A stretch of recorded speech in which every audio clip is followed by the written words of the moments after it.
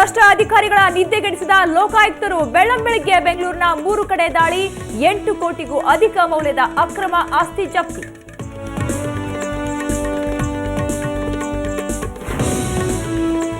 ಸಂಬಳ ಕೇಳಿದ್ದಕ್ಕೆ ಕಳ್ಳತನ ಆರೋಪ ಹೊರಿಸಿದ್ರು. ಕೋಣೆಯಲ್ಲಿ ಕೂಡಿ ಹಾಕಿ ದೌರ್ಜನ್ಯ ಮಾಡಿದ್ರು. ಕಾರ್ಖಾನೆ ಆಡಳಿತ ಮಂಡಳಿ ವರ್ತನೆಗೆ ಬೇಸತ್ತು ಕಾರ್ಮಿಕ ಆತ್ಮಹತ್ಯೆ.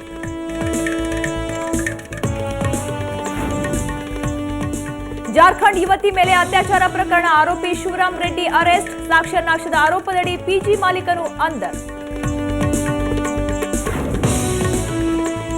ಮುಗಿಯದ ಮಂಡೂರು ಡಂಪಿಂಗ್ ಯಾರ್ಡ್ ರಾದ್ಧಾಂತ. ಕಸದಿಂದ ಊರ ತುಂಬ ಬರೀ ದುರ್ನಾತ. ಪಹರೆ ನಡೆಸ್ತಾ ಇದ್ದ ಪೊಲೀಸರಿಗೆ ವಾಸನೆಯಿಂದ ತೀವ್ರ ಸಂಕಟ.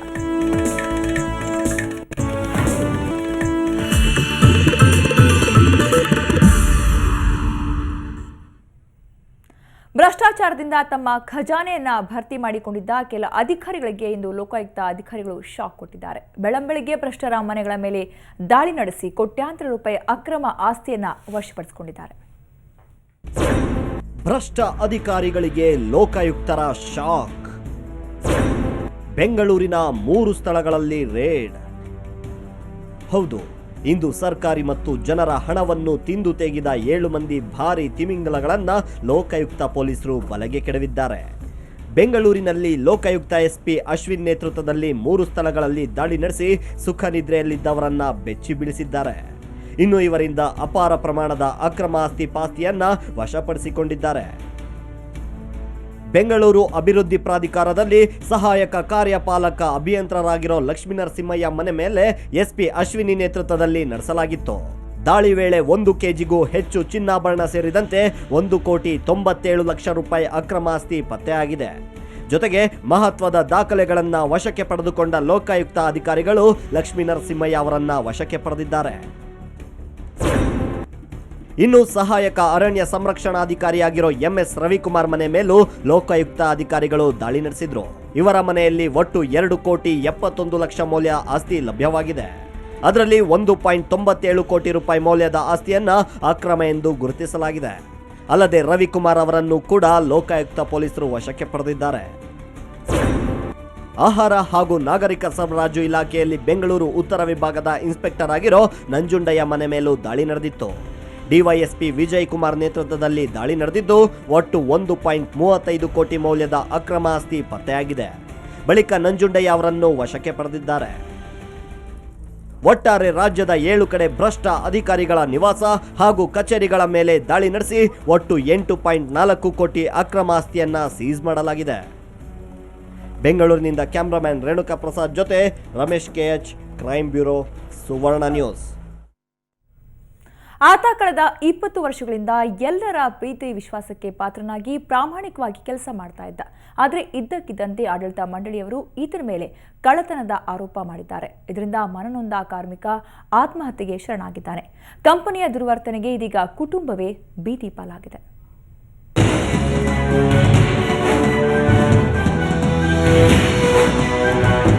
ಈ ಭಾವಚಿತ್ರದಲ್ಲಿ ಕಾಣುವ ವ್ಯಕ್ತಿಯ ಹೆಸರು ನಾರಾಯಣಸ್ವಾಮಿ. ಮೂಲತಃ ಹೊಸಪೇಟೆಯವರಾದ ಈತ ಕೆಲಸವನ್ನ ಅರಸಿ ಬೆಂಗಳೂರಿಗೆ ಬಂದಿದ್ದ. ಅಲ್ಲದೆ ಜಸ್ನಾ ಜೋ ಲಿಮಿಟೆಡ್ ಕಂಪನಿಯಲ್ಲಿ ಕೆಲಸ ಮಾಡಿ ಜೀವನ ಸಾಗಿಸುತ್ತಿದ್ದ. ಆದರೆ ಅದೇ ಕಂಪನಿ ಈತನ ಜೀವಕ್ಕೆ ಕೊನೆ ಹಾಡಿಬಿಟ್ಟಿದೆ.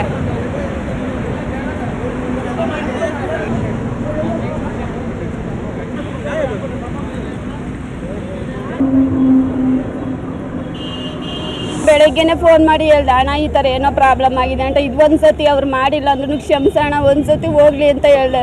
ಅವ್ರು ಯಾರು ಗೊತ್ತಿಲ್ಲ ಅಣ್ಣ, ಆದ್ರೆ ಫೋನ್ ನಂಬರ್ ನಮ್ಮ ಮನೆಯವರೇ ಕೊಟ್ಟರು. ಒಂದ್ಸತಿ ಫೋನ್ ಮಾಡಿ ನೋಡು ಅಂತ ಹೇಳ್ಬಿಟ್ಟು ಫೋನ್ ಮಾಡಿ ಕೇಳ್ದೆ, ಅಣ್ಣ ಇದೊಂದ್ಸತಿ ಕ್ಷಮಿಸೋಣ, ನಾನು ಬೇಕಾದ್ರೆ ಬಂದು ಕೇಳ್ಕೊಳ್ತೀನಿ ಅಣ್ಣ ಅಂತ ಹೇಳ್ದೆ. ಅವ್ರು ನಾನು ಏನು ಮಾಡಿಲ್ಲಮ್ಮ, ಆಯ್ತು ಬಂದು ಕೇಳಮ್ಮ ನೀನು ಅಂತ ಹೇಳಿದೆ. ನಾನು ಬರ್ತೀನಿ ಅನ್ನೋ ಅಷ್ಟರಲ್ಲಿ ನೋಡಿ ಹಿಂಗಾಗೋಯ್ತು. ಹೌದು, ಕಾರ್ಖಾನೆಯ ಆಡಳಿತ ಮಂಡಳಿಯಿಂದಾಗಿ ಈ ಬಡಪಾಯಿ ಜೀವವನ್ನೇ ಕಳೆದುಕೊಂಡು ಬಿಟ್ಟಿದ್ದಾನೆ. ಆನೇಕಲ್ ತಾಲೂಕಿನ ಹಿನ್ನಕ್ಕಿ ಗ್ರಾಮದಲ್ಲಿ ನೆಲೆಸಿದ್ದ ಈತ ಕಳೆದ 20 ವರ್ಷಗಳಿಂದ ಬೊಮ್ಮಸಂದ್ರ ಕೈಗಾರಿಕಾ ಪ್ರದೇಶದ ಜಸ್ನಾ ಜೋ ಲಿಮಿಟೆಡ್ ಕಾರ್ಖಾನೆಯಲ್ಲಿ ಕೆಲಸ ಮಾಡಿಕೊಂಡು ಹೆಂಡತಿ 2 ಮಕ್ಕಳೊಂದಿಗೆ ಸಂತೋಷದಿಂದ ಜೀವನ ಸಾಗಿಸುತ್ತಿದ್ದ. ಆದರೆ ನಿನ್ನೆ ಕಾರ್ಖಾನೆಯ ಆಡಳಿತ ಮಂಡಳಿಯವರು ನಾರಾಯಣಸ್ವಾಮಿ ಮೇಲೆ ಗ್ಯಾಸ್ ಸಿಲಿಂಡರ್ ಕ್ಯಾಪ್ ಕಳ್ಳತನ ಆರೋಪ ಮಾಡಿ ಕಾರ್ಖಾನೆಯಲ್ಲೇ ಬಂಧಿಸಿದ್ದಾರೆ. ಅಲ್ಲದೆ ಕಳ್ಳತನ ಮಾಡಿರುವುದಾಗಿ ಒಪ್ಪಿಕೊಳ್ಳುವಂತೆ ಬೆದರಿಕೆ ಹಾಕಿದ್ದಾರೆ. ಇದರಿಂದ ಮನನೊಂದ ಸ್ವಾಭಿಮಾನಿ ನಾರಾಯಣಸ್ವಾಮಿ ಮುಂಜಾನೆ ನೇಣು ಬಿಗಿದುಕೊಂಡು ಆತ್ಮಹತ್ಯೆ ಮಾಡಿಕೊಂಡಿದ್ದಾನೆ. ಏನಾದ್ರು ಮಾತಾಡಿದ್ರೆ ಭಯ ಜಾಸ್ತಿ ಅವನಿಗೆ. ಅದಕ್ಕೆ ಅವನು ನನಗೆ ಎಲ್ಲಿ ಕಳ್ಳನ ಪಟ್ಟ ಬರ್ತದೆ ಅಂತ ಹೇಳ್ಬಿಟ್ಟು ಸತ್ತೋಗಿದ್ದಾನೆ. ಬೇರೆ ಅವನ ಕಳ್ಳ ಇವ್ರಿ ಅವನು ಅಷ್ಟೇ ತಾನೆ ಅಂದ್ಕೊಂಡು ಯಾವನು ಸೈಲೆಂಟ್ ಆಗಿಬಿಡ್ತಾ ಇದ್ದ. ಇವರು ಕಳ್ಳತನ ಮಾಡಿದ ಅಂತಾನೆ ಇವನು ಪ್ರೂಫ್ ತೋರಿಸ್ಲಿ ನಮಗೆ. ಇಲ್ಲ ಸೆಕ್ಯೂರಿಟಿಯಲ್ಲಿ ತಾನೆ, ಸೆಕ್ಯೂರಿಟಿಯಲ್ಲಿ ಕಳ್ಳ ಅನ್ನೋ ಪ್ರೂಫ್ ಬೇಕು, ಇದು ಸಿಗಬೇಕು ನಮಗೆ. ಇನ್ನು ಈತ ಕಳೆದ 20 ವರ್ಷಗಳಿಂದ ಇದೇ ಕಾರ್ಖಾನೆಯಲ್ಲೇ ಕೆಲಸ ಮಾಡ್ತಿದ್ರು ಕೆಲಸವನ್ನ ಖಾಯಂಗೊಳಿಸಿರಲಿಲ್ಲ. ನಾರಾಯಣಸ್ವಾಮಿ ಕೆಲಸವನ್ನ ಖಾಯಂಗೊಳಿಸಿ ಸಂಬಳ ಹೆಚ್ಚಿಸುವಂತೆ ಆಡಳಿತ ಮಂಡಳಿಯವರ ಬಳಿ ಮನವಿ ಮಾಡಿದ್ರಿಂದ ಈತನ ಮೇಲೆ ಕಳ್ಳತನದ ಆರೋಪ ಮಾಡಿದ್ದಾರೆ ಅಂತ ಕುಟುಂಬಸ್ಥರು ಆರೋಪಿಸಿದ್ದಾರೆ. ಕಾರ್ಖಾನೆಯ ದುರ್ವರ್ತನೆಗೆ ಸಾಕ್ಷಿ ಎಂಬಂತೆ ಮತ್ತೊಬ್ಬ ಕಾರ್ಮಿಕ ಕೆಲಸದ ವೇಳೆ ತನ್ನ ಕೈಬೆರಳು ಕಳೆದುಕೊಂಡಿದ್ರು ಪರಿಹಾರ ನೀಡದೆ ದೌರ್ಜನ್ಯ ಎಸಗಿದ್ದಾರೆ. ಇನ್ನು ಮೃತನ ಕುಟುಂಬದವರು ಕಾರ್ಖಾನೆ ಎದುರು ಶವವಿಟ್ಟು ನ್ಯಾಯಕ್ಕಾಗಿ ಪ್ರತಿಭಟನೆ ನಡೆಸಿದ್ರು. ಈ ವೇಳೆ ಸ್ಥಳೀಯರ ಒತ್ತಾಯದಿಂದಾಗಿ ಪ್ರತಿಭಟನೆ ಕೈಬಿಡಲಾಯಿತು. ಒಟ್ನಲ್ಲಿ ಕಾಯಕವೇ ಕೈಲಾಸ ಅಂತ ಕೆಲಸ ಮಾಡ್ತಿದ್ದ ಕಾರ್ಮಿಕನನ್ನ ಕಳ್ಳನಾಗಿಸಿ ಕಾರ್ಖಾನೆ ಆತನ ಸಾವಿಗೆ ಕಾರಣವಾಗಿದೆ. ಕ್ಯಾಮರಾಮನ್ ರವಿಕುಮಾರ್ ಜೊತೆ ಆನೇಕಲ್ ಮಂಜುನಾಥ್, ಸುವರ್ಣ ನ್ಯೂಸ್. ಅವು ಐಷಾರಾಮಿ ಕಾರ್ಗಳು 1 ಕೋಟಿ ಬೆಲೆ ಬಾಳುವಂಥವು. ನಂಬರ್ ಕೂಡ ಫ್ಯಾನ್ಸಿ ನಂಬರ್ಸ್. ಆದರೆ ಅವೀಗ ಶೆಡ್ ಸೇರಿವೆ. ಯಾಕಂದ್ರೆ ಆ ವಾಹನಗಳು ಇದೀಗ ಪೊಲೀಸರ ಸುಪರ್ದಿಯಲ್ಲಿವೆ. ಯಾಕೆ ಅಂತ ಕುತೂಹಲನ? ಹಾಗಾದ್ರೆ ಈ ಸ್ಟೋರಿ ನೋಡಿ.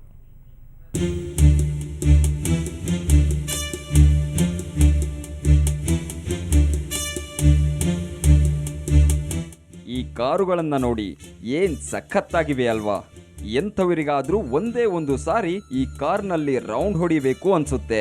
ಇವು ಸದಾಶಿವನಗರದ ಉದ್ಯಮಿಯೊಬ್ಬರಿಗೆ ಸೇರಿದ ವಾಹನಗಳು.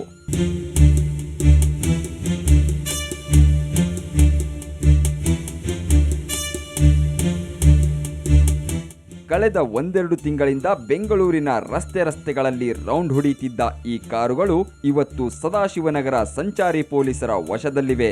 ಇದಕ್ಕೆ ಕಾರಣ ಈ ವಾಹನಗಳು ಇನ್ನೂ ಕೂಡ ರಿಜಿಸ್ಟ್ರೇಷನ್ ಆಗದೇ ಇರೋದು. ಈಗ 1 ತಿಂಗಳು ಹಿಂದೆಯೇ ನಮ್ಮ ಪ್ರಾದೇಶಿಕ ಸಾರಿಗೆ ಅಧಿಕಾರಿಗಳಂತ ಶೋಭಾ ಅವರು ನಮಗೆ ಒಂದು ಮಾಹಿತಿ ಕೊಟ್ಟರು. ಈ 2 ವೆಹಿಕಲ್ ನಂಬರ್ಗಳು 333 KA04 MM 335 ಆ್ಯಂಡ್ 336. ಇವರು 1 ವರ್ಷದಿಂದಲೇ ಒಂದು ಮುಂಗಡವಾಗಿ ನೋಂದಣಿ ಸಂಖ್ಯೆಗಳನ್ನು ಕಾಯ್ದಿರಿಸಿ ಇಂಥವರೆಗೂ ಗಾಡಿಗಳು ರಿಜಿಸ್ಟ್ರೇ ಮಾಡ್ದೇ ತೆರಿಗೆ ಕಟ್ತೇನೆ ಗಾಡಿ ಓಡ್ತಾ ಇದ್ದಾವೆ ಅಂತ ಅಂದ್ಬಿಟ್ಟು ಅದರಿಂದ ಈ ಗಾಡಿಗಳನ್ನ ಪತ್ತೆ ಹಚ್ಚಿ ಅಂತ ಹೇಳ್ಬಿಟ್ಟು ನನಗೆ ಒಂದು ಇದು ಕೊಟ್ಟರು, ನನಗೆ ಮಾಹಿತಿ ಕೊಟ್ಟರು. ವರ್ಕೌಟ್ ಮಾಡಿದಾಗ ನಮಗೆ ವೆಹಿಕಲ್ಲು ಇಂಥ ಕಡೆ ಇದ್ದಾವೆ ಅಂತ ಅಂದ್ಬಿಟ್ಟು ನಮಗೆ ಲಾಸ್ಟ್ 1 ವಾರದ ಹಿಂಭಾಗ ನಮಗೆ ಗೊತ್ತಾಯಿತು. KA04 MA 3336 ಸಂಖ್ಯೆಯ ಮರ್ಸಿಡೀಸ್ ಬೆಂಜ್ ಕಾರು ಮತ್ತು KA04 MM 3335 ಸಂಖ್ಯೆಯ BMW ವಾಹನಗಳು ಬರೋಬ್ಬರಿ 27 ಲಕ್ಷ ತೆರಿಗೆ ಹಣವನ್ನ ಕಟ್ಟಬೇಕಾಗಿತ್ತು. ಆದರೆ ಯಾವುದೇ ತೆರಿಗೆಯನ್ನ ಕಟ್ಟದೆ ಜೊತೆಗೆ ಬೇರೊಂದು ವಾಹನಗಳ ಫ್ಯಾನ್ಸಿ ನಂಬರ್ಗಳನ್ನ ಅಂಟಿಸಿಕೊಂಡು ರಸ್ತೆಗಿಳಿದಿದ್ವು. ಅನುಮಾನಗೊಂಡ ಪೊಲೀಸರು ಪರಿಶೀಲನೆ ನಡೆಸಿದಾಗ ಈ ನಂಬರ್ ಅಸಲಿಯಲ್ಲ, ನಕಲಿ ಎನ್ನುವುದು ಬಯಲಾಗಿದೆ. ಆ ವಾಹನ ಎಲ್ಲಿದ್ದಾವೆ ಅಂತ ಟ್ರೇಸ್ ಮಾಡಲಿಕ್ಕೆ ಗುಪ್ತಚರವಾಗಿ ಕೆಲವು ಗುಪ್ತರನ್ನ ಕಳಿಸಿ ಆ ವಾಹನ ಮನೆ ಮುಂದೆ ವಾಶ್ ಮಾಡ್ತಾ ಇದ್ದಾವೆ 2 ವಾಹನಗಳು ಅಂತ ತಿಳಿದು ಬಂತು. ಆಗ ಅವ್ರಿಗೆ ಯಾಗೋ ಮಾಹಿತಿ ಗೊತ್ತಾಗ್ಬಿಟ್ಟು ವಾಪಸ್ ನಿಲ್ಲಿಸಿ ಟಾರ್ಪಲ್ ಮುಚ್ಚಿಬಿಟ್ರು, ಲಾಕ್ ಮಾಡಿಬಿಟ್ರು. ನಾವು ತಕ್ಷಣ ಒಳಗಡೆ ನುಗ್ಗಿ ಆ ಟಾರ್ಪಲನ್ನು ಎತ್ತು ಅವ್ರ ಮನೆಯಲ್ಲಿ ಓನರ್ ಹತ್ರ ಬಲಾತ್ಕಾರವಾಗಿ ಕೀ ಪಡೆದು ವಾಹನ 2 ವಾಹನಗಳನ್ನು ಮುಟ್ಟುಗೋಲು ಹಾಕಿಕೊಂಡು ಮುಂದಿನ ಕ್ರಮಕ್ಕಾಗಿ ಸದಾಶಿವನಗರ ಪೊಲೀಸ್ ಠಾಣೆಯಲ್ಲಿ ನಿಲ್ಲಿಸಿದ್ದೀವಿ. ಈ ಕಾರುಗಳು ಸದಾಶಿವನಗರದ ಉದ್ಯಮಿ ವಾಸುದೇವ್ ಅವರಿಗೆ ಸೇರಿದ್ದು. ಗುರುವಾರದೊಳಗೆ ತೆರಿಗೆ ಕಟ್ಟುವುದಾಗಿ ತಿಳಿಸಿ ವಾಹನಗಳನ್ನ ಪೊಲೀಸರ ವಶಕ್ಕೆ ಒಪ್ಪಿಸಿದ್ದಾರೆ. ಈ ಐಷಾರಾಮಿ ಕಾರುಗಳನ್ನ ಸೀಸ್ ಮಾಡಿರೋದು ತೆರಿಗೆ ವಂಚಿತರಿಗೆ ಶಾಕ್ ಕೊಟ್ಟಿದೆ. ಅದಕ್ಕೆ ಹೇಳೋದು ಬೆಳ್ಳಗಿರೋದೆಲ್ಲ ಹಾಲಲ್ಲ ಅಂತ. ಕ್ಯಾಮ್ರಾಮ್ಯಾನ್ ವೇದಮೂರ್ತಿ ಜೊತೆ ರವಿಕುಮಾರ್, ಕ್ರೈಮ್ ಬ್ಯೂರೋ, ಸುವರ್ಣ ನ್ಯೂಸ್. ಆ ಮಗು ಆಗ ತಾನೇ ಶಾಲೆಯಿಂದ ಮನೆಗೆ ಬಂದಿತ್ತು. ತಾಯಿ ಮಗುವನ್ನ ಮನೆಯೊಳಗೆ ಬಿಟ್ಟು ಕೆಲಸ ಮಾಡ್ತಾ ಇದ್ಲು. ಆದರೆ ಮನೆ ಮುಂದಿದ್ದ ಸಂಪ್ ಆ ಕಂದನಿಗೆ ಯಮನಾಗಿ ಪರಿಣಮಿಸಿತು. ಸಂತೋಷದಲ್ಲಿದ್ದ ಮನೆ ಕ್ಷಣ ಮಾತ್ರದಲ್ಲಿ ಸಾವಿನ ಮನೆಯಾಗಿ ಪರಿವರ್ತನೆಯಾಗ್ಬಿಟ್ಟಿತ್ತು.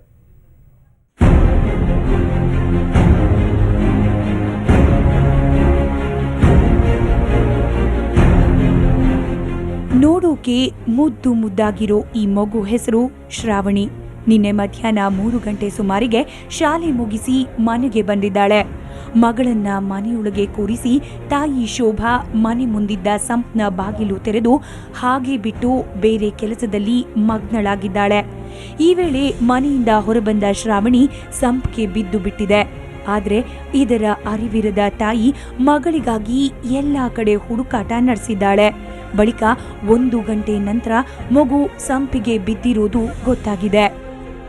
ಬಾತ್ರೂಮ್ ಎಲ್ಲ ಕ್ಲೀನ್ ಮಾಡಿ ಬಟ್ಟೆ ಎಲ್ಲ ಅಜ್ಜಿ ಹಾಕ್ಬಿಟ್ಟು ಆಚೆ ಬಂದು ನೋಡಿದ್ರೆ ಅದು ಟಿವಿ ಆನ್ ಆಗಿದೆ, ಡೋರ್ ಲಾಕ್ ಮಾಡ್ಕೊಂಡು ಆಚೆ ಹೊರಟೋಗ್ಬಿಟ್ಟಿದ್ದಾಳೆ. ಅಲ್ಲೆಲ್ಲ ಹುಡುಕ್ ನೋಡಿದೆ, ಇಲ್ಲಿ ಗಾಯತ್ರಿ ಅಂತ ಇದ್ರು, ಗಾಯತ್ರಿ ಎಲ್ಲ ನೋಡಿದೆ, ಎಲ್ಲೂ ಸಿಕ್ಕಿಲ್ಲ. ಲಾಸ್ಟಲ್ಲಿ ಬಂದು ಎಲ್ಲ ನೋಡಿದ್ದಕ್ಕೆ ಸಂಪೂರ್ಣ ಉಳ್ಕೊಂಡಿದ್ದಾಳೆ.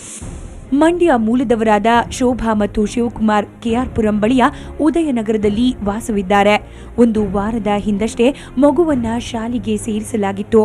ಮನೆಗೆ ಕಣ್ಣಿನಂತಿದ್ದ ಮಗಳ ಬಗ್ಗೆ ತಂದೆ ತಾಯಿ ಕನಸು ಕಂಡಿದ್ರು. ಆದರೆ ಆ ಕನಸೆಲ್ಲ ನೀರಿನ ಸಂಪಿಗೆ ಬಿದ್ದು ಹಾಳಾಗಿ ಹೋಗಿದೆ. ಒಂದು 4:30-5 ಗಂಟೆ ಗೊತ್ತಾಯಿತು. ಫೋನ್ ಮುಖಾಂತರ ನಾವು ಕೆಲ್ಸಕ್ಕೆ ಹೋಗಿದ್ವಿ. ಸೊ ಆಗ ನಮ್ಮ ಪಕ್ಕದ ಮನೆಯವರು ಹಿಂಗೆ ಮಗು ರೀತಿ ಆಗಿದೆ, ನೀವು ಸಂಪಲ್ಲಿ ಬಿದ್ದು ಆಸ್ಪತ್ರೆಯಲ್ಲಿ ಅಡ್ಮಿಟ್ ಮಾಡಿದ್ದಾರೆ ಅಂತ ಬನ್ನಿ ಅಂತ ಹೇಳಿದ್ಮೇಲೆ ಅಲ್ಲಿಗೆ ಹೋಗಿ ನೋಡಿದ್ವಿ.